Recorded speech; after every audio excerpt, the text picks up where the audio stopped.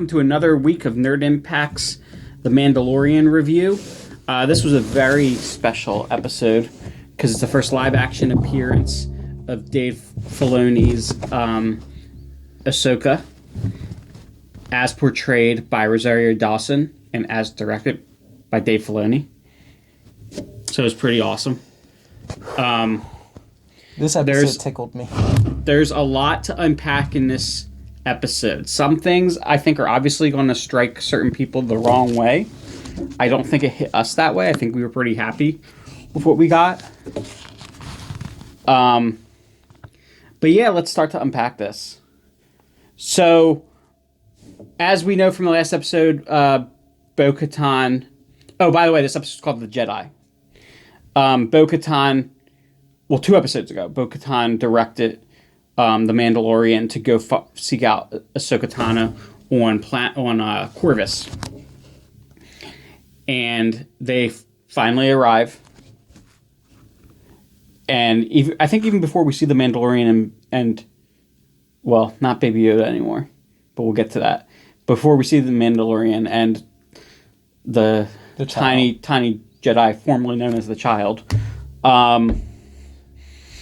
we get a fighting scene in the woods of Ahsoka going up against the Magistrate's army, which we believe are leftovers from the Empire, right? When later in the episode, when they're talking about the Magistrate's past, I believe they did say that she had an Imperial fleet which she used to plunder planets. So either she's part of the Empire or she is an associate of the Empire. Got you. Okay. So what you need to take from that is the Magistrate is not a good person. Mm.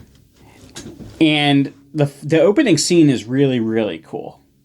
We get our first appearance, our first visual of a live action Ahsoka Tano, Rosario Dawson, in gray robes, which we'll talk a little bit more about a little later, and white lightsabers, dual white lightsabers. I know, we'll talk about it.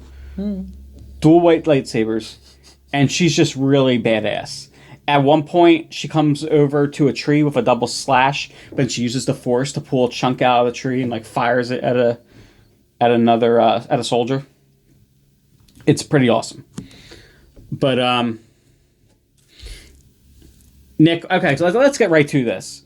So Ahsoka Tano is using white lightsabers. So we know in the cartoons, I think at different periods, she's used both green and blue, which you said, are both... They're Jedi colors. Yes. Now, these white lightsabers. So Dave Filoni himself has stated that these white lightsabers are to represent her non-affiliation with either the Jedi or the Sith.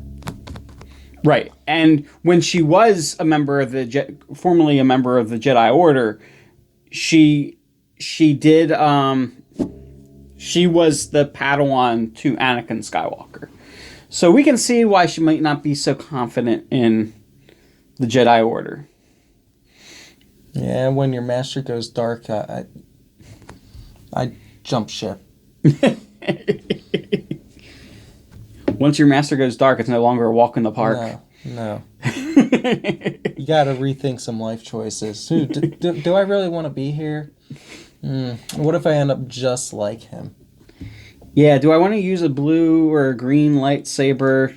He used a blue. What color lightsaber did Anakin use? I don't remember.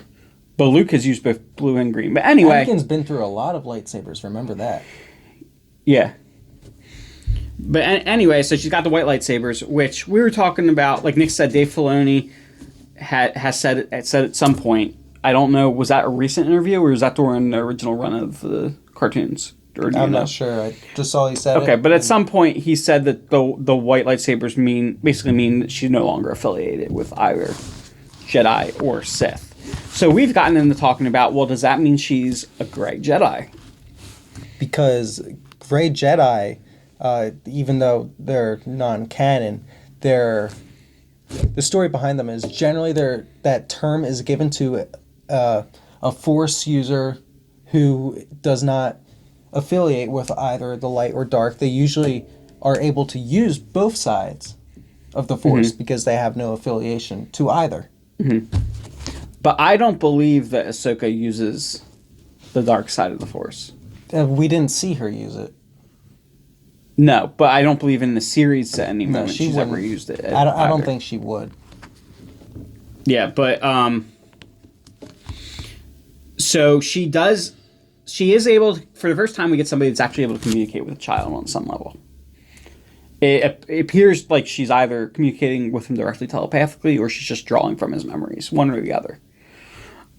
She just says that in a way she's able to communicate with him. It seemed like it both to me. It seemed because it sounded like she was actually having conversations with him, and she did say that she saw things in his memories. Yeah. So a few interesting things come out of this. The one big thing that we certainly need to spend a lot of time on is that we finally have a name. You shouldn't be watching this if you haven't seen it, but if you are anyway, we are about to reveal the child's real name. Nick? I have the honors? You have the honors. The child's name. This is a heavy burden. Okay, I'm just gonna do it. Grogu. Yes, the child's name is Grogu. How do you feel about it? It's as good as... It's just a weird thing giving him a name. We've only known him as the child or Baby Yoda, which I think is a good thing. They should give him a name. I think we do need to get away from this idea of Baby Yoda, because he's not Baby Yoda. Well, unless he's a clone. I think that's when... Then he could be a Baby Yoda. But I think that's when they started, like, more... The child. Pushing that title, the child. Right. But I think it's a good idea that at some point they had to give him a name. I think no matter what, we would have felt a little weird about it, just because it's a transitional thing now. I feel like I would have liked to have waited longer. I felt like it was too soon, honestly. Now, it's Grogu, right? Not Grogu. Grogu. Now, do you want to talk about your Groot theory? It just seems to... I feel like this season has pulled too much or relied too heavily on the past with their dabble in the Baby Groot stuff. Like the scene with him doing the things with the wires was very reminiscent of Guardians of the Galaxy 2? Mm-hmm. Was that where Baby Groot is messing with the bomb and Rocket Raccoon's directing him? Mm-hmm. Very, very similar to Din and Grogu in that scene. And then the name Grogu is... the first half of it is Groot. Well, the first half of it is the first three letters of Groot. Yeah. Yeah. I just feel like... I'm not trying to cause an uproar on the internet. Don't do that, internet. Don't do that. This is just my feeling. You guys get in an uproar too much over the tiniest things. I'm okay with it. I might not like it, but I accept it. And we're going to move on. Yeah, and I suggest you do the same. We will get used to it. Just like anybody you come by in life, you don't have control over what their name is. So this is just what the child's name happens to be. This is what his daddy, Dave Filoni, named him. Or, I'm sorry, this is what his daddy, Jon Favreau, named him. Let it go. I'm going to let it go. I love Grogu. But to me, he will always just be the child. But, yeah, so he has a name. A few other things we know about him now.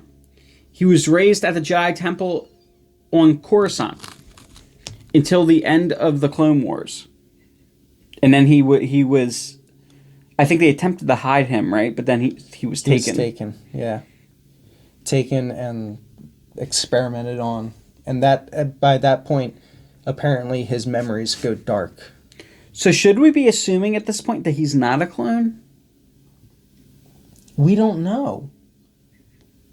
We don't know his past before the Jedi Temple. Mm-hmm. I no, that's true.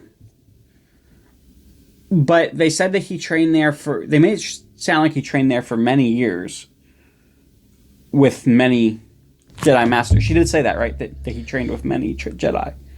Do you know what's interesting? What's that? That is the same point in history that Yaddle disappears.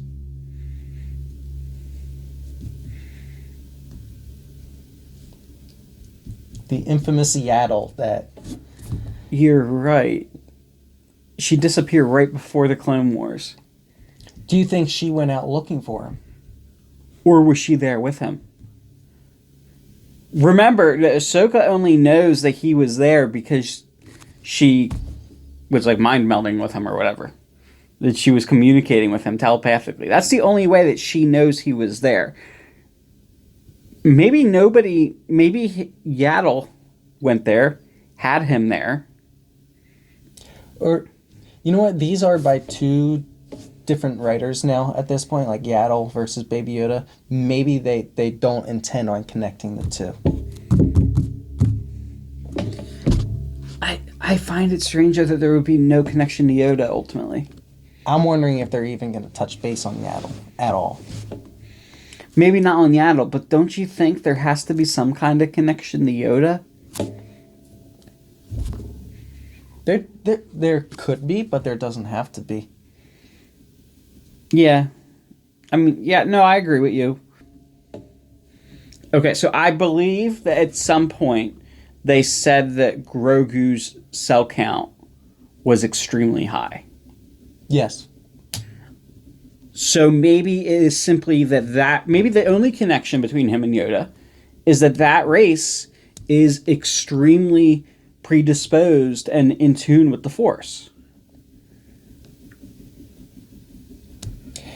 Maybe they just naturally make really good Force users because they naturally have a really high M cell count. You know what? And we also know that there are certain spots in this universe where there's a stronger connection to the Force.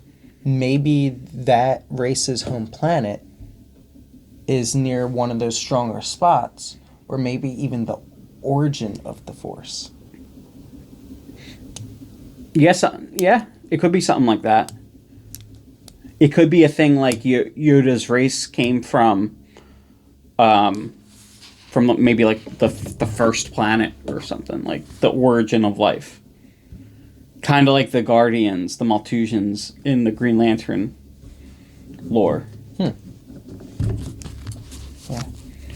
Who are also basically Force users. They naturally developed the ability to manipulate what's called the glow. Or the emerald light.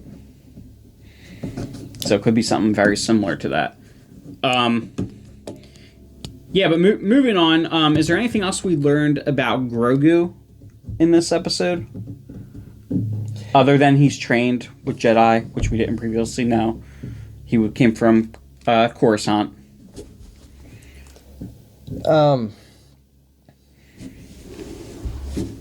No. His past is still a lot of mystery. Yeah, and she did say his memory goes dark. Yeah. So that's interesting. Well, it goes dark up, like, past the point of the Clone Wars. Mm-hmm. But they never, I don't think they even explored before that. I'm not sure if if that was meant to be, like, his memory is dark past that time of what he explained to her, like before and after, or if it's just after, or... No, there isn't anything before. She said he was raised on Coruscant at the Jedi Temple. Yeah, raised at the Jedi Temple on Coruscant. But that doesn't mean he was born there. No, but it probably means he was there from infancy. Yeah, but I want to know where he was before that. Where did he come from? He came from planet Maltus, where the Maltusians formed the Guardians of the Universe and forged the Green Lantern rings. That's the crossover. It's Lucasfilm, Disney, I know. They're Not associated DC. with Marvel, not DC. But it'd still be cool. Anyway. So a few other things. The Magistrate offers the Mando, Din Djarin. Pure Beskar spear. Yeah, in return for killing Ahsoka, which you know right away he's not going to do. Yeah. I mean, in that conversation, he does, like, I noticed right away, like, he never agreed to shit No. when he left that compound. No, because he just wanted to get out and go find her. Yeah. So Din Djarin was trying to convince Ahsoka to take on Grogu as her apprentice, which he ultimately doesn't happen. One of the things that gave her pause, though, was that she sensed much fear in Grogu. And then later talks about how she's seen where that fear leads. See, her actions don't make sense to me because of what she says. She says she doesn't want him going down a dark path because of his fear and anger. Mm-hmm. Yet, she then says Din's connection to him makes him vulnerable to the fear and anger. And then Like, says you should keep raising him. yeah, I'm like, that's kind of contradictory. I mean, if you want this child not to go down a dark path, wouldn't you stay involved and teach him how to rid himself of the fear and anger? Mm-hmm. Instead of apparently enabling it with somebody who makes him vulnerable to it? Because as we all know, fear leads to anger. Anger leads to hate. Hate leads to suffering. The internet has just witnessed the next voice actor for Yoda. Anyway, so so ultimately she does make the decision to have Din continue to raise Grogu, which Nick has explained why that's kind of strange, but they ultimately defeat the Magistrate. But something else happens that me and Nick have really had a long discussion about. Because there's this character introduced who's kind of the right hand of the Magistrate. And he's very interesting. It seemed like they put a lot of thought into that character. Yeah. It was like his character was... It was very structured. He had flesh to him. Mm-hmm. You know what I mean? Yeah, he was well fleshed out. There was kind of a almost kind of like a gray Jedi. He was kind of like, there was a nobility sense to him. Right. And it was really strange the direction they took that in, because they had a really cool moment where Ahsoka is within the stronghold or the fortress fighting the Magistrate, and then Din goes face to face with like her right hand man, who's just, this guy kind of heavily armored, but just with like an assault weapon, and this guy doesn't seem to want to fight Din. He basically says that fight over there is more important than anything going on over here, and it's going to decide the fate of this night. Yeah. There's no point in us going at each other. We're just going to listen and wait, see what happens, see who the winner is. Nope. We don't need to shed blood. Yeah. And I wish I could remember exactly what he says about their fights were fighting. There are things worth fighting for, and this isn't one of those times. Yeah. And then he says, "Looks like you won." Lays his gun down. Din removes his hand from his holster. Well, he slowly backs his hand away. Yeah. Slowly backs his hand away, and just when you think that this is going to be like it's going to play out nicely. This character is going to go on. We're going to see him again. It seems really cool. Well, the guy's name is Lang. He picks up his gun before he even gets out a shot. Din, his hand's back. Yep. We can say this time, Din shot first. Din did shoot first. Not like the other times where his Beskar just No, bounces. I'm saying this isn't like a Han moment.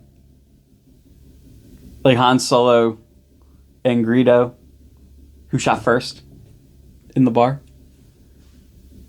Did I totally miss something from the original trilogy? Yeah, I think you did, if you don't know that reference. Oh, man. I'll have to show you that after this. Oh. Yeah, that's a long disputed thing. Who shot first, Han or...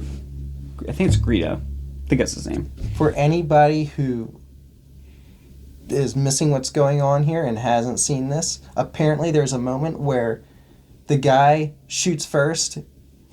The enemy to Han shoots first, yet Han somehow wins, and you can see it in film. Is that what I'm getting? Yes.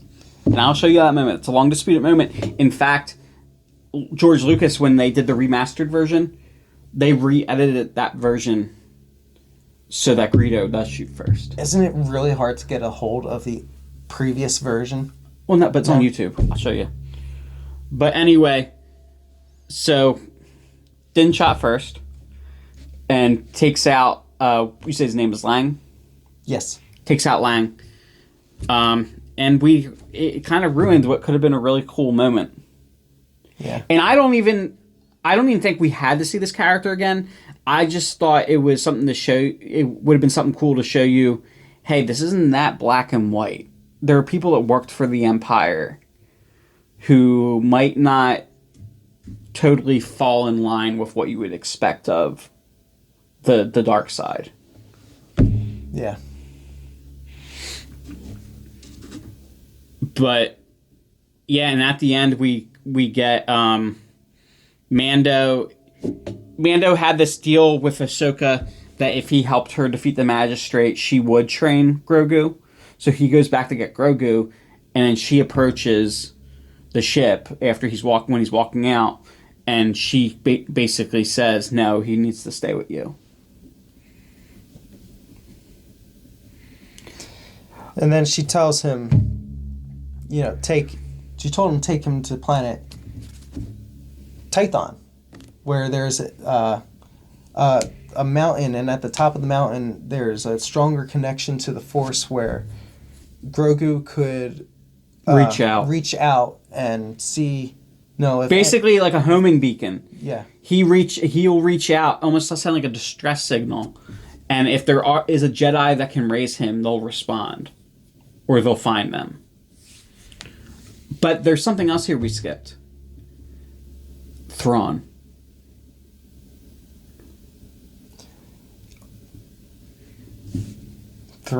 Admiral Thrawn. So Ahsoka tells the Magistrate, or has the lightsaber to her throat, and just asks her where she can find Grand Admiral Thrawn. So what do you think that means for the future? Well, I sure as hell hope we see Admiral Thrawn in The Mandalorian, since they brought that in. Could be a leading into a much grander scale battle.